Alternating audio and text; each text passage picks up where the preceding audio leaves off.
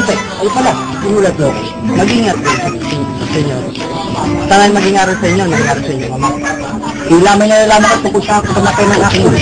Sa pagkakalam, namatay ang iyong ama sa loob ng bilang buwan. Loob ng bilang buwan? Hindi kaya nagkakamali kayo kung nito?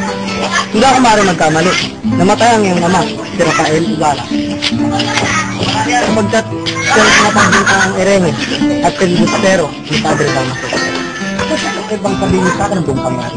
Bakit po siya nakunan? Noon ay merong isang kastilang mangmang at lasmaang ugali na naging kolektor ng buwi. Nang siya ay naungalekta, dito siya napagkatuwa ng mga bata.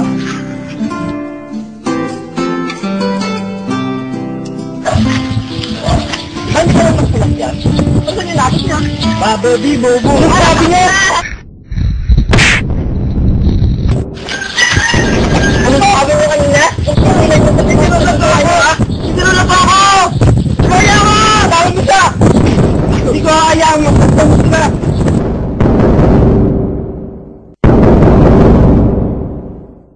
Sa kasamaang paano, namatay sa ilang minuto lang ay namatay ang kolektor.